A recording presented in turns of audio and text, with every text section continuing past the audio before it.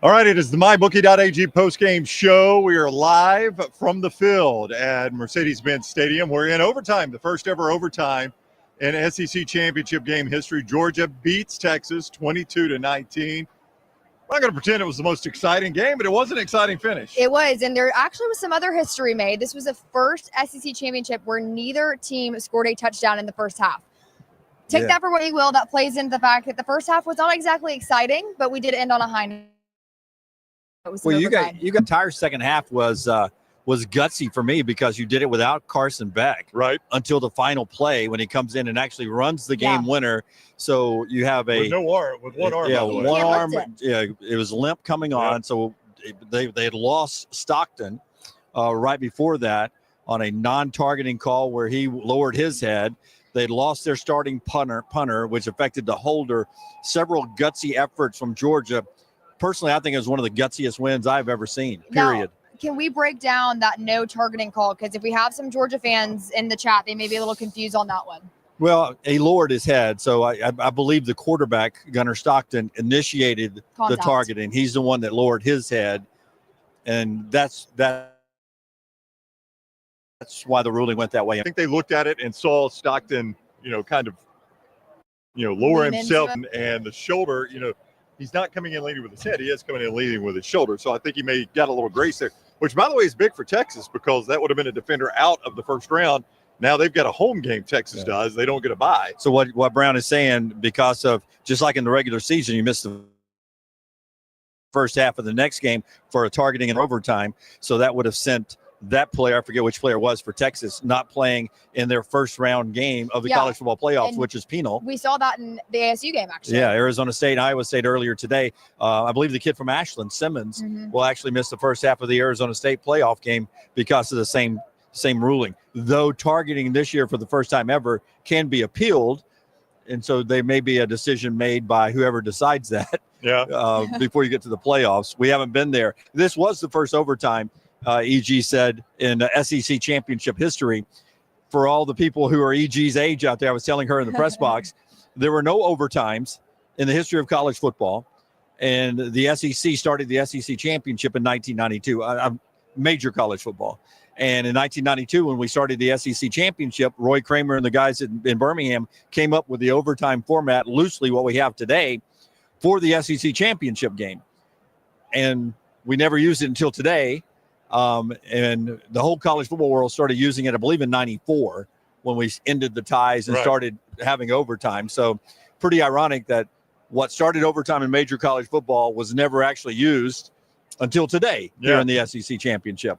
I've got to point out the obvious situation here, though. Georgia is going into the college football playoffs, perhaps without Carson Beck. I mean, he laid on the field out here at midfield a very long time at the end of the half. I thought initially it was a head injury. I thought he had got kneed in the head. Me too. And because of the way he was crumpled. Crumpled, and coming down this sideline behind us was, the pitch and all of that. So there was a lot of action, but Carson Beck is laying back at midfield. He came in at the end of the game, right arm. I'm going to use my left arm because I hold the mic. Right arm draped like this, did not move it. No. Basically guts through the plate. This is a reenactment. I don't know if they showed it on TV, but right about where the stage is, the Georgia coaches come running off the sideline to celebrate with him, and he holds his hand up, basically like, don't hit me. Yeah. They build a human shield around him and help him off the field. Yeah. I mean, he is clearly injured with the playoffs coming up. Now, you also have Gunnar Stockton, who was very shaken up. Now, obviously, we haven't heard anything about his health going forward, but Carson Beck did have to come in. Where does that leave you here in a couple of weeks? Well, it's not a couple of weeks anymore for Georgia because they'll find out tomorrow they will get a bye being the champion, so they don't have to play until January the 1st, most likely in the Sugar Bowl. So they have a whole month off virtually here. Yeah. And that's why this becomes big. Winning the championship, it's big. Georgia had the sign that said, "We are the SEC." A lot of folks like myself were wanting to protect the traditional SEC programs from Texas for at least 1 year. We're glad to have them in the league. Don't win the championship in the first year. It's just rude. So Georgia ends up defending home turf, but also the importance is the championship. They're third under Kirby Smart, and now they get that bye where they can maybe get Carson healthy. They can maybe get Stockton healthy. They can get their punt back.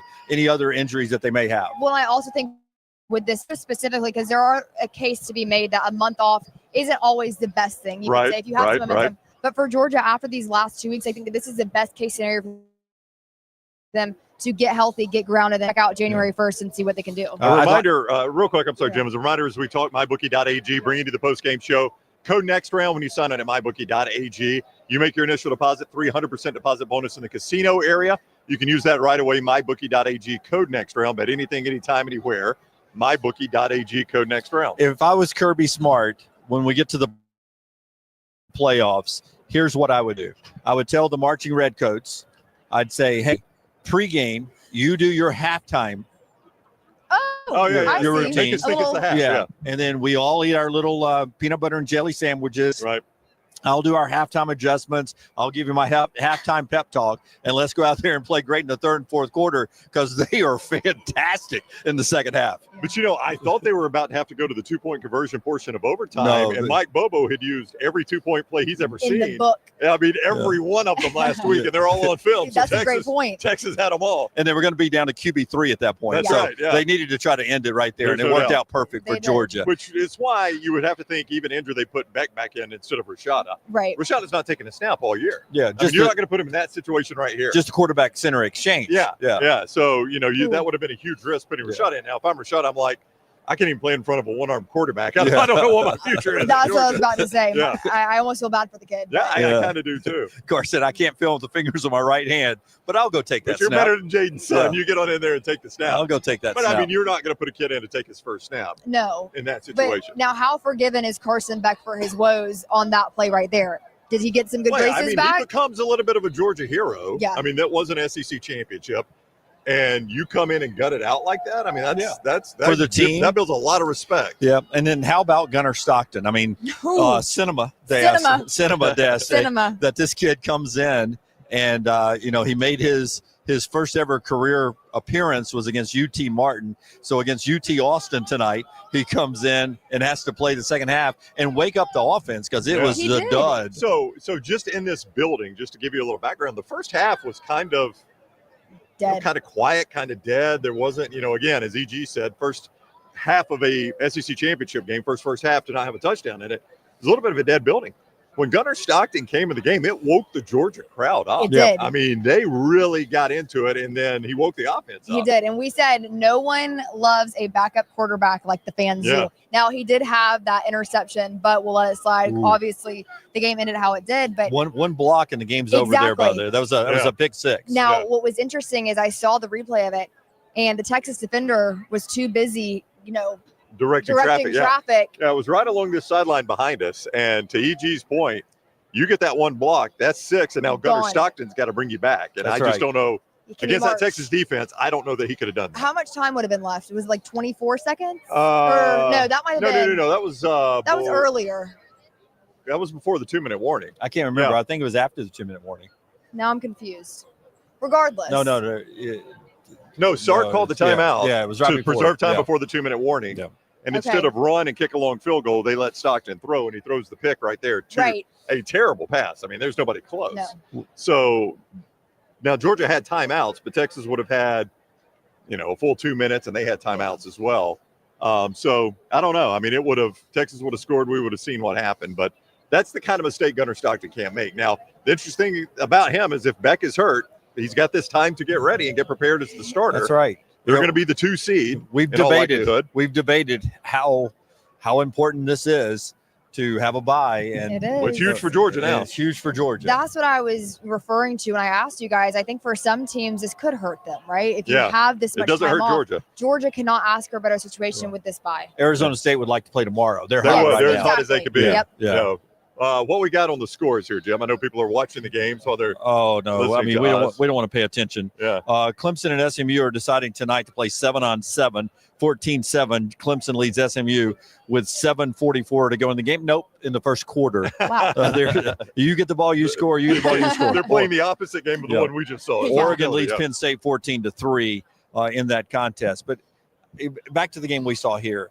Texas in the first half had so many yards, and Georgia had very few yards. And the fact that all Texas could do was kick field goals and miss a field goal, that was where Georgia won the game by just staying close in the first half when Texas was running it up and down the field. It was so off balance, and the defense, to Georgia's credit, they definitely bent. They didn't break because they held them to those field goals, but that was something I feel like we all expected Texas to come in here and just run the ball down their throats. And in a sense, they did. I won't discredit that. However, like you said, Georgia rose to the occasion just enough to keep them to those field goals. A little over 100 yards more of offense for Texas tonight, and that advantage came really in the first half. And then the adjustment from Glenn Schumann and Kirby Smart to really control Texas's offense in the second half, I thought they did a really good job with that. One busted play for that touchdown. You think Texas is the 5 seed now?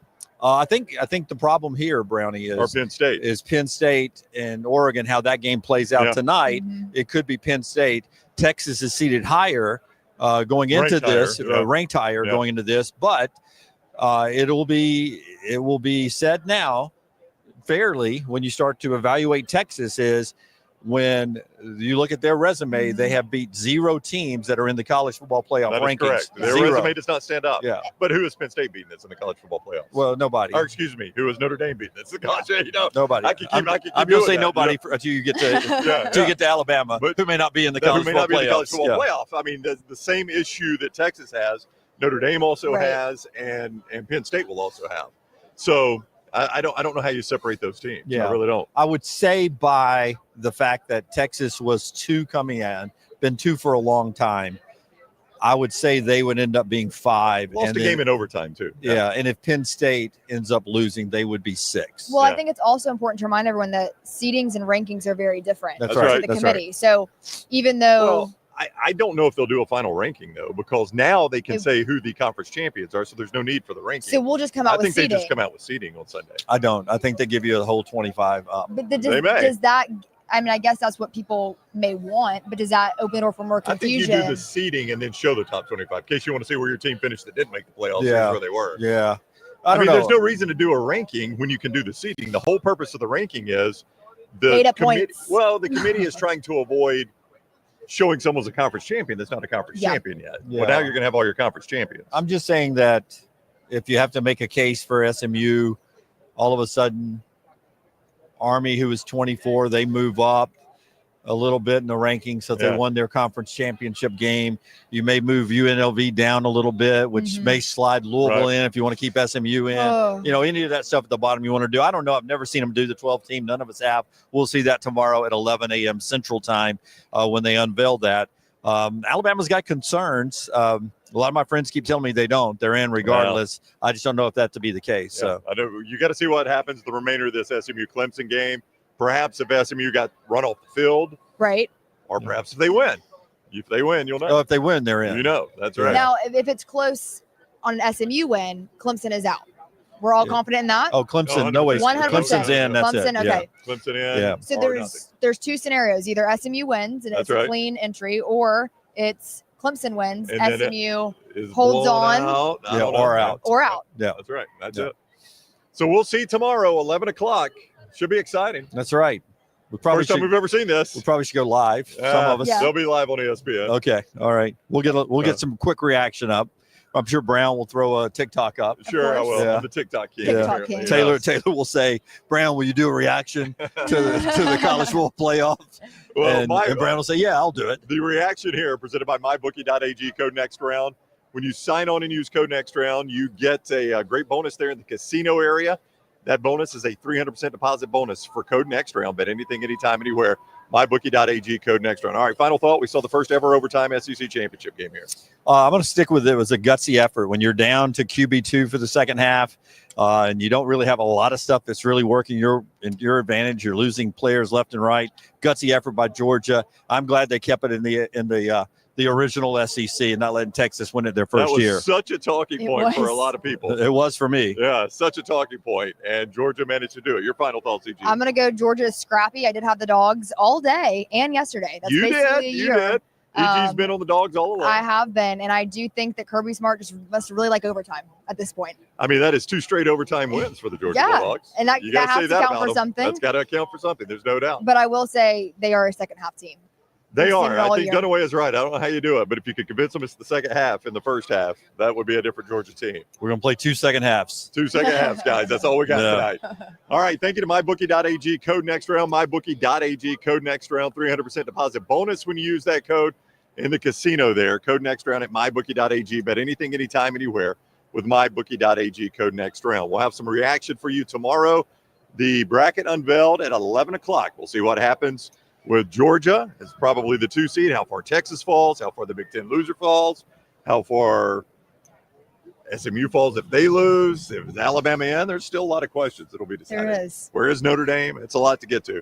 11 o'clock tomorrow, we'll have reaction. That's the interesting stuff. What's that? If Texas now sliding down, that jumbles up all those matchups we thought we had. That's right. Yeah. That is so true. So that's going to be interesting. If Alabama's in, who are they playing? Is Alabama, if they're in, are they 12? And Arizona State's now 11. So is it 12-5? Is it Alabama, Texas in Austin? Winner gets Boise. It's be fun to see. Well, we did say that Arizona State is not the team maybe that we thought they were after today's game. They look pretty good. So, like Jim said, Arizona State would like to play tomorrow. yeah. They would like to keep it going. Yeah. So we'll see what all happens. 11 o'clock tomorrow, we'll have reaction for you. Check us out on all of our social media, Next Round Live, TikTok, Instagram, Twitter, Facebook. We'll have all that reaction, and we'll be back live with you 9 o'clock Monday morning on the Next Round. For Jim Dunaway, for Emily Grace McWhorter, I'm Ryan Brown. Thank you to MyBookie.ag. Code Next Round. MyBookie.ag. Code Next